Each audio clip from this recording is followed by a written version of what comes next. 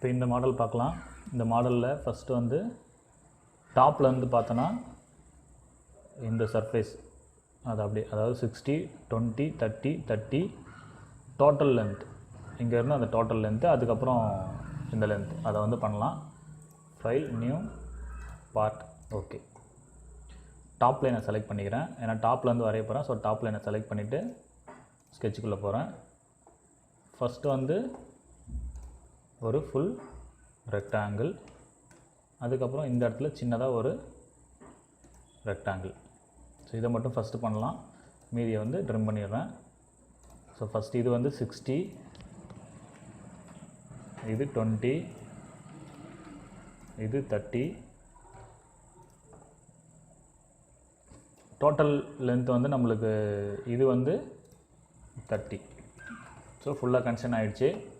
Thickness வந்து 10. So thickness வந்து 10 அப்படியே ஓகே கொடுக்குறேன்.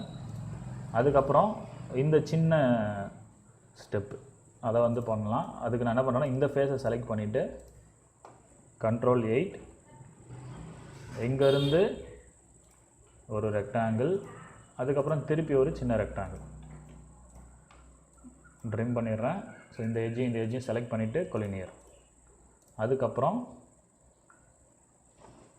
இது வந்து 20, இது வந்து டோட்டலாக 20, அதாவது கீழே இருந்து 20. இந்த இது வந்து இங்கேருந்து இது வந்து 20. ஸோ அது 20, இது வந்து 20. ஸோ இது வந்து 20. ஸோ இப்போ இதை மட்டும் என்ன பண்ண போகிறோன்னா, இந்த 20 mm வந்து எக்ஸ்ட்ரூட் பண்ண போகிறோம். ஸோ இது வந்து 30, சாரி இது 30, இதை மாற்றிக்கிறேன். 30 எக்ஸ்ட்ரூட், டைரக்ஷனை மாற்றிட்டு 20. ஸோ இப்போ இது முடிஞ்சிடுச்சு. அடுத்தது பார்த்திங்க அப்படின்னா இந்த பாக்ஸ் மட்டும் இருக்குது. ஸோ இந்த ஃபேஸை செலக்ட் பண்ணிவிட்டு ஸ்கெட்சுக்குள்ளே போயிடலாம். Ctrl 8, அதுக்கப்புறம் இங்கேருந்து இங்கே ஒரு பாக்ஸ் போட்டுக்கலாம். இது வந்து 40, கீழே வந்து 20, எக்ஸ்ட்ரூட் வந்து 20, எக்ஸ்ட்ரூட் வந்து 20.